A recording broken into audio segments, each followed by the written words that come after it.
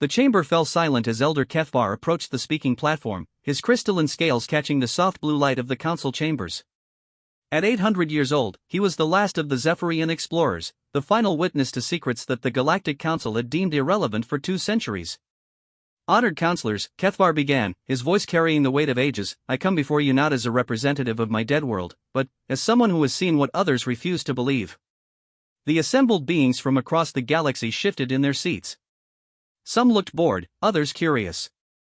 The Altarian delegate was already checking his datapad, clearly uninterested in another rambling speech from the ancient Zephyrian. Speak your piece, Elder, said Counselor Thexani, her forearms folded in what passed for patience among her people. The council has pressing matters to address. Kethvar touched the memory crystal embedded in his chest, and holographic images filled the air above the council floor. The display showed a small blue-green world, primitive and unremarkable, orbiting a yellow star in what the galactic charts designated as Sector 7 Alpha. 237 years ago, our exploration vessel, the Wandering Light, made first contact with the inhabitants of the 3rd planet in this system. They called their world Earth, and themselves humans. A few counselors leaned forward with mild interest. First contact reports were always fascinating from a historical perspective, though this particular world had been flagged as containing only pre-industrial life forms.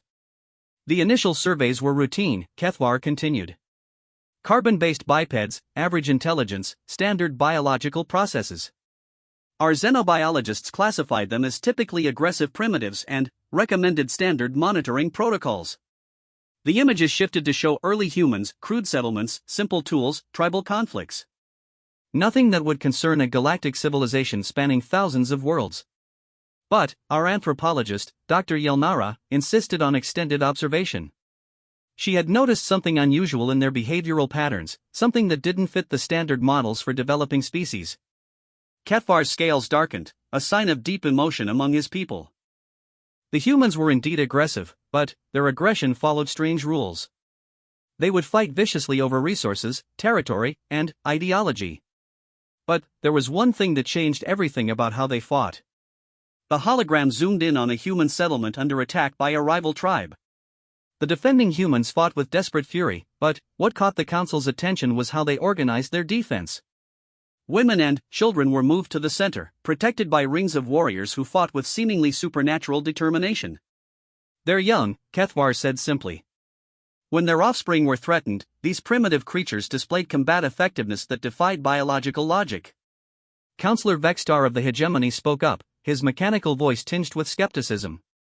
Elder, all species protect their young. This is basic evolutionary behavior. No, Kethvar replied firmly. Not like this. The hologram shifted to show a human female, clearly exhausted and wounded, lifting a massive stone to crush an attacker who had gotten too close to her child. The display showed her muscle fiber structure during the action. She was generating force levels that should have been impossible for her body type. Adrenaline response, muttered Dr. Quintel from the Scientific Advisory Board. Stress hormones can temporarily increase physical capabilities. By 300%? Kethvar asked. With no permanent damage to the muscular system?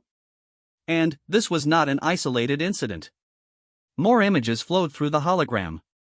A human male, barely more than a youth himself, holding off 6 attackers to protect a group of children. A grandmother throwing herself onto a spear meant for her granddaughter, then continuing to fight with the weapon embedded in her torso. Dr. Yelnara began documenting what she called protective fury syndrome, Kethvar explained. When humans believe their young are in mortal danger, their psychological and physiological responses undergo a complete transformation.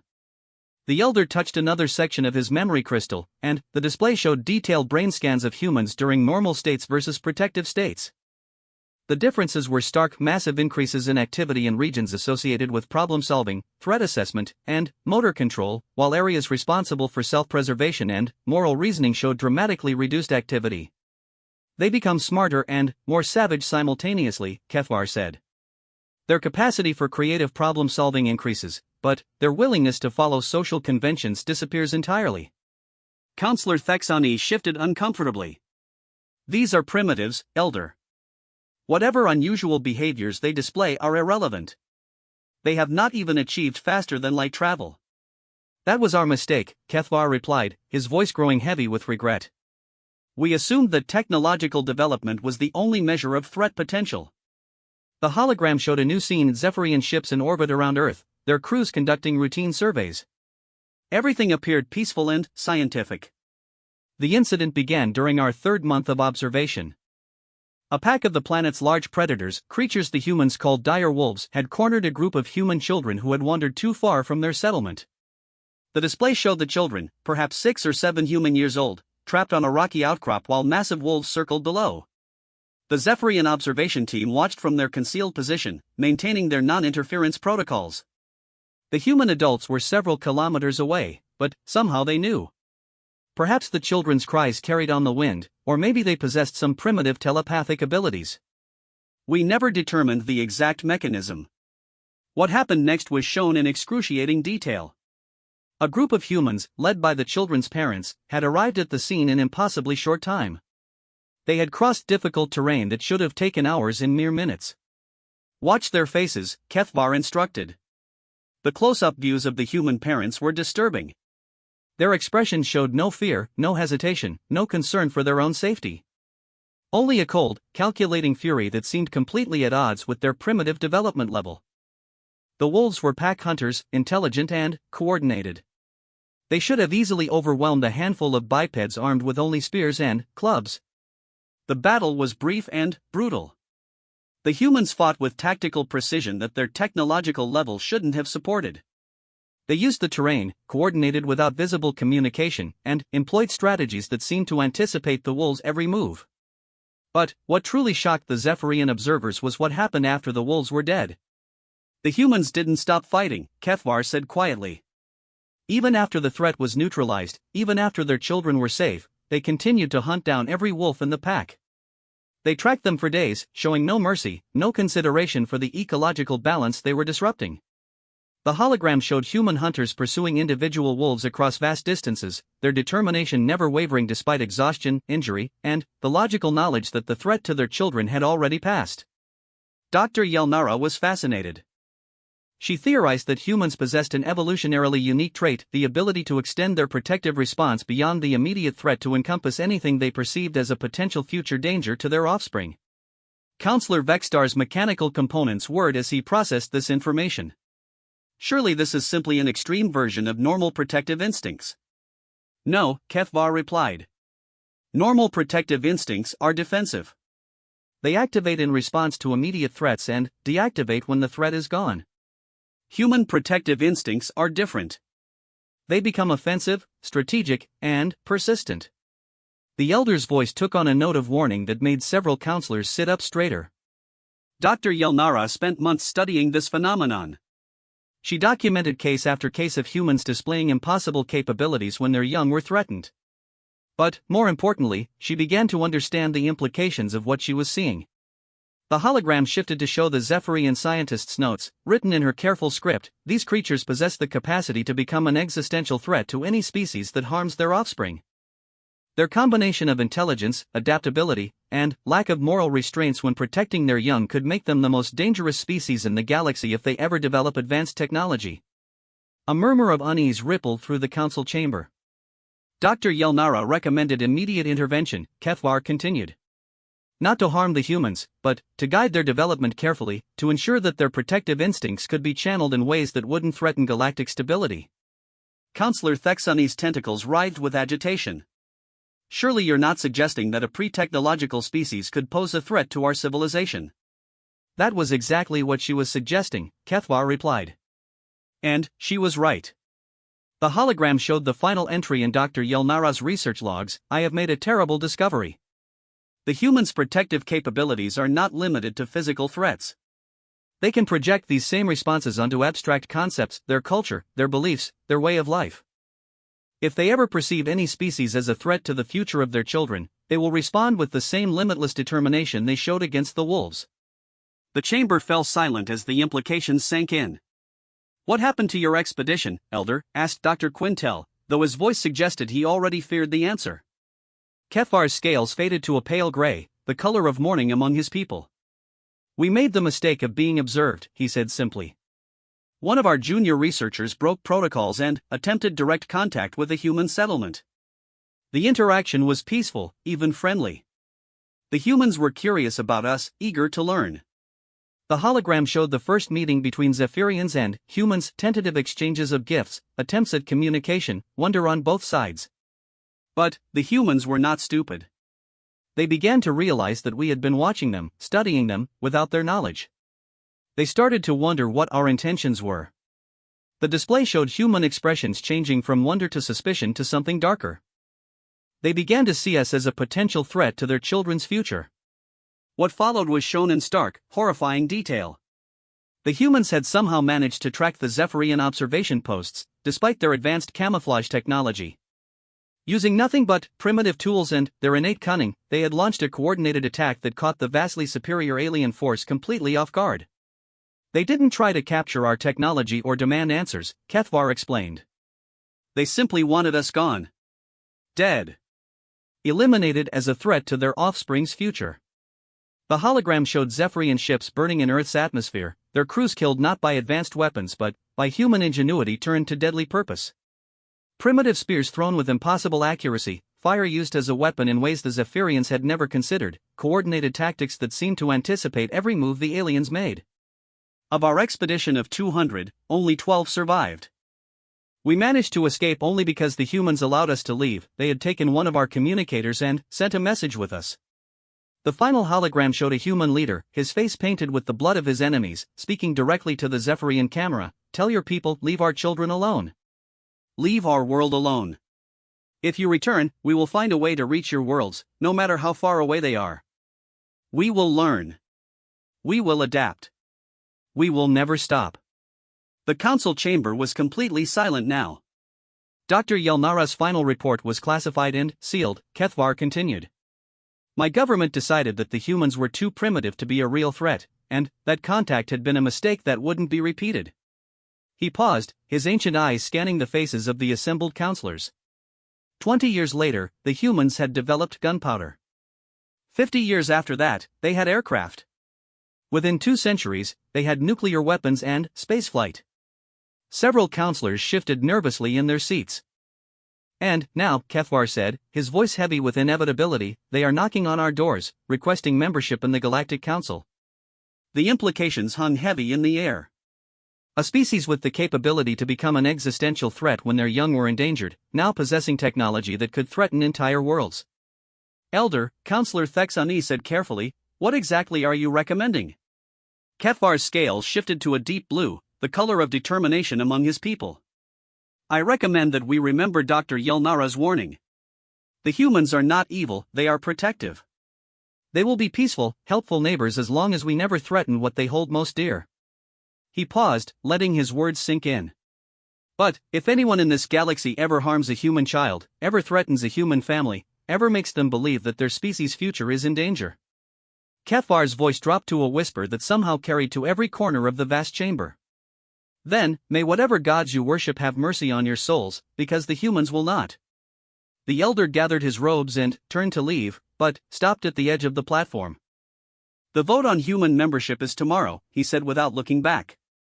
I suggest you remember that some warnings are not meant to be ignored. As Kethvar left the chamber, the assembled counselors sat in stunned silence, each contemplating the implications of welcoming into their peaceful galaxy a species that became most dangerous not when attacking, but when defending what they loved. In the archives below the council chambers, Dr. Yelnara's sealed reports waited in their security vaults, their warnings echoing across the centuries: never threaten their children. Never give them cause to see you as a danger to their future. For if you do, you will discover that there is no force in the universe more terrible than a species with nothing left to lose. The vote was scheduled for tomorrow. But Elder Kethvar already knew how it would go.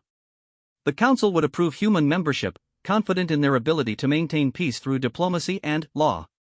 They had no way of knowing that in the Outer Rim territories, the Vortak Empire was already making plans to expand into the human-settled regions, viewing the newcomers as easy prey for their slave markets. Elder Kethvar climbed slowly to his quarters, carrying the weight of knowledge that no one wanted to hear. Tomorrow, humanity would officially join the galactic community. He could only pray that they would never have cause to show their new neighbors what they were truly capable of. 3 years had passed since humanity officially joined the Galactic Council, and, by all accounts, the integration had been remarkably smooth. The dire warnings of Elder Kethvar seemed like the paranoid rambling of an ancient being who had seen too much tragedy in his long life. Ambassador Saracen stood on the observation deck of New Geneva Station, watching human freighters dock alongside Altarian cargo vessels and hegemony transport ships. The sight never failed to amaze her. Humanity's dream of joining a larger galactic community had become reality faster than anyone had dared hope. The quarterly reports are in, Ambassador, her aide, Dr. Marcus Webb, announced as he approached with a datapad. Human colonies are exceeding integration targets across all metrics. Sarah smiled as she reviewed the numbers. Kepler 442b, their most successful settlement, now hosted over 2 million human colonists alongside peaceful alien communities. The planet had become a model of interspecies cooperation, with human agricultural techniques revolutionizing food production while alien technology provided clean energy and advanced medical care. Any problems to report? Sarah asked, though she expected the usual minor issues, cultural misunderstandings, trade disputes, the occasional diplomatic incident that required careful mediation. Nothing significant, Marcus replied. The Vorthak Empire has been making some noise about expanding their territory, but that's normal for them. The Council's diplomatic corps is handling it through standard channels. Sarah nodded absently, her attention drawn to a human family walking past the viewport. A mother and father with 2 young children, probably on their way to visit the educational center where human and alien children learn together. The sight warmed her heart. This was what humanity had joined the galaxy to achieve. On Kepler 442b, the morning sun cast long shadows across the agricultural terraces where human and Altarian farmers worked side by side. The planet's rich soil and favorable climate had made it an ideal choice for colonization, and the integration with existing Altarian settlements had proceeded without major incident. Dr. Emily Rodriguez wiped sweat from her forehead as she finished checking the irrigation systems in Sector 7. As the colony's chief agricultural coordinator, she had spent the last 2 years perfecting the delicate balance between human farming techniques and alien environmental requirements. Dr. Rodriguez, incoming message from the orbital station, called James Harrison, one of the human technicians monitoring the communication arrays. Emily made her way to the communications center, located in the heart of New Hope, the largest human settlement on Kepler 442b. The town was a beautiful blend of human architecture and alien environmental technology. Human homes built with Altarian climate control systems, human schools equipped with holographic learning devices, human hospitals staffed with both human doctors and alien medical specialists. What's the message about, James? Routine trade manifest from Earth, he replied, pulling up the data. Medical supplies, educational materials, and looks like about 50 more families requesting settlement permits. Emily smiled. The waiting list for Kepler 442b had grown steadily as word spread about the colony's success.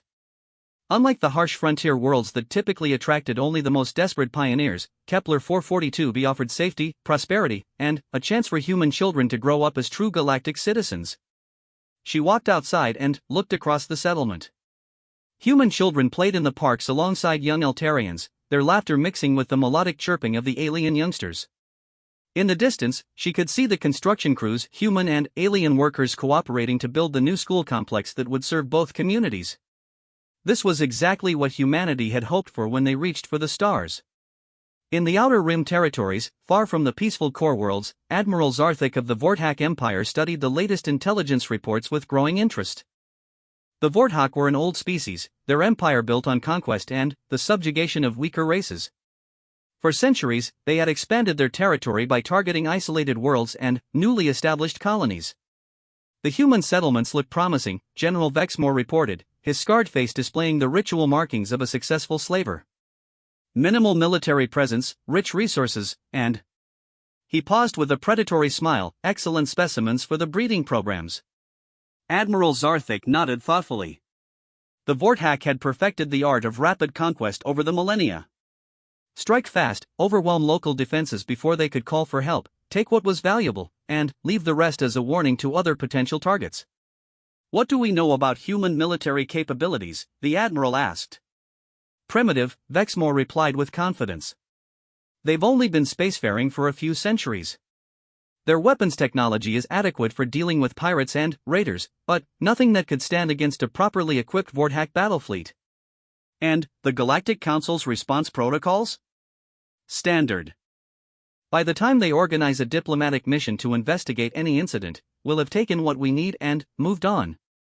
The humans will file complaints, the council will issue condemnations, and will promise to respect territorial boundaries while we plan the next operation. Admiral Zarthik had used this strategy dozens of times. The Galactic Council was fundamentally a peaceful organization, built on the assumption that all member species shared their commitment to diplomatic solutions. They had rules and procedures for everything, but those rules assumed that everyone would follow them. The Vortak had never been interested in following rules. What about the human children? The Admiral asked. The Vortak breeding programs required young specimens from various species to maintain genetic diversity in their slave populations. Abundant, General Vexmore reported with satisfaction. Intelligence indicates that humans reproduce frequently and invest heavily in childrearing. The colonies are full of breeding pairs with multiple offspring. This was exactly what the Vortak preferred. Species that valued their young highly were often the most profitable to raid, as parents would surrender valuable resources rather than see their children harmed. Begin preparations for Operation Harvest, Admiral Zarthik commanded. Target the Kepler 442b settlement first. It's the most isolated and has the largest human population. Back on New Geneva Station, Ambassador Chen was wrapping up another successful day of diplomatic meetings when her secure communication console chimed with an incoming priority message. "Sarah, we've got a situation developing," said Admiral James Parker, humanity's senior military representative to the Galactic Council. His face on the screen looked grim, which was unusual for the typically optimistic officer. "What kind of situation?" Sarah asked, though she was already dreading the answer. "Intelligence reports from the Outer Rim. The Vortak Empire is mobilizing fleet assets near human-controlled space. Could be routine military exercises, could be something more serious." Sarah felt a cold knot forming in her stomach. She had read the reports about Vortak activities in other sectors, entire colonies disappearing overnight, populations taken for slavery, worlds stripped of resources and left barren. "What's the Council's position on this?" Admiral Parker's expression darkened. "Official position is that we should pursue diplomatic channels. They want to send an envoy to discuss the Vortak's territorial concerns and find a mutually acceptable solution." "And, unofficially?" "Unofficially, most council members think the Vortak won't risk attacking a council member species. They believe the threat of economic sanctions and diplomatic isolation will keep them in line." Sarah stared out at the peaceful scene beyond the viewport, human and alien ships moving in harmony, families traveling between worlds, children learning together in integrated schools. Everything they had worked so hard to build. "James, what's your assessment of our ability to defend the outer colonies if diplomacy fails?" Admiral Parker was quiet for a long moment. "Sarah, our military was designed for peacekeeping and protection against pirates. We've got good ships, well-trained crews, but our doctrine is built around working with council allies, following engagement protocols, minimizing civilian casualties." "And the Vortak?" "The Vortak don't follow any protocols except their own. If they decide to move against us, it won't be a civilized war with rules and limitations. It'll be butchery." Sarah closed her eyes and tried to process this information. In 3 short years, humanity had gone from being an isolated species dreaming of the stars to being valued members of a galactic community. Human children were growing up believing that the universe was a safe, civilized place where problems were solved through cooperation and understanding. "What are you recommending, Admiral?" "I've been in contact with General Harrison on Kepler 442b. We're quietly reinforcing our outer colonies, but, Sarah." His voice took on a tone she had never heard from him before. "If the Vortak come in force, our people out there are going to be on their own until we can organize a response." The implications hit her like a physical blow. The outer colonies weren't just strategic assets or economic investments, they were home to millions of human families who had trusted their government to keep them safe. "How long do we have?" "Unknown. Could be months, could be weeks. The Vortak are good at keeping their intentions hidden until it's too late to mount an effective defense." Sarah thought about the family she had seen walking past the viewport earlier, parents and children who had never known war, who had grown up believing that civilization meant safety. "Keep me informed of any developments," she said finally. "And, James, what aren't you telling me?" Admiral Parker's face grew even more grim. I've been reviewing our contingency plans, and, Sarah, some of the options on the table, if the Vortak really do what we think they might do, if they target our civilians, our children. He paused, struggling with words. The response protocols that Command has been developing, they're not the kind of plans you make when you expect to fight a civilized war. They're the kind of plans you make when you expect to fight for the survival of your species. Sarah felt a chill run down her spine. What exactly are you saying? I'm saying that if the Vortak cross certain lines, if they harm human children, the response won't be limited to military targets. It won't follow Council protocols or galactic law. It'll be. He searched for the right words, comprehensive. The conversation ended, leaving Sarah alone with her thoughts and the growing realization that humanity's peaceful integration into galactic society might be about to come to a violent end. On Kepler 442b, Dr. Emily Rodriguez tucked her own children into bed, reading them a story about brave explorers discovering new worlds among the stars. Her daughter, Maria, was fascinated by tales of alien civilizations, while her son, David, dreamed of becoming a starship captain like the heroes in his books. Mommy, are we really safe here? Maria asked as Emily finished the story. Of course we are, sweetheart, Emily replied, smoothing her daughter's hair. We have friends from many different worlds, and everyone works together to keep each other safe. But, as she turned off the light and closed the door, Emily couldn't shake the feeling that something was wrong. There had been unusual activity at the orbital defense platforms lately, and she had noticed more military personnel around the colony's administrative center. Outside, the alien stars shone down on New Hope, their light illuminating a peaceful settlement where human and alien families slept safely, unaware that in the darkness between worlds, ships were moving with terrible purpose. Admiral Zarthik stood on the bridge of his flagship, watching the final preparations for Operation Harvest. In 72 hours, his fleet would drop out of hyperspace at the edge of the Kepler 442b system. By the time the humans realized what was happening, it would be far too late to mount any meaningful resistance. The Admiral had conducted dozens of such operations, and they all followed the same pattern. Initial shock and disbelief, desperate attempts to contact help that would never arrive in time, finally, submission and cooperation to minimize casualties among the non-combatants. The humans would learn what every other species in Vortak territory had learned: resistance was futile when faced with overwhelming force, and cooperation was the only way to ensure that some of their people survived. What Admiral Zarthik didn't know was that in secret facilities scattered across human space, contingency plans were being activated that had never been tested in actual combat. Plans that assumed the enemy would show no mercy, follow no rules, and threaten everything that humanity held dear.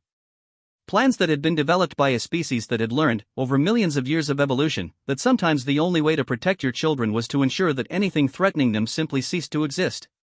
The countdown to Operation Harvest continued, while on Kepler 442b, human parents read bedtime stories to their children and alien families settled in for another peaceful night in their model colony.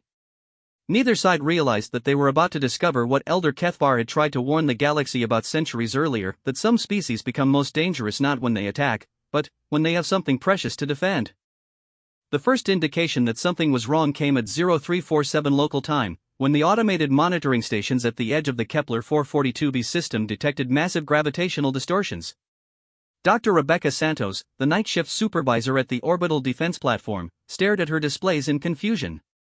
"That can't be right," she muttered, running the scan sequence again. The reading showed over 60 large objects dropping out of hyperspace, far too many to be a trading convoy or diplomatic mission. "Ma'am, I'm picking up weapons signatures," called Sergeant Torres from the tactical station. His voice carried a note of growing alarm. "Multiple heavy cruisers, destroyer escorts, and, my God, those are Vortak battle signatures." The blood drained from Rebecca's face. She had studied the intelligence reports on Vortak fleet compositions during her training, but she had never expected to see them in person. "Sound general quarters," she ordered, her training taking over despite the fear clawing at her stomach. "All defensive platforms to condition red. Send an emergency transmission to Fleet Command on Earth."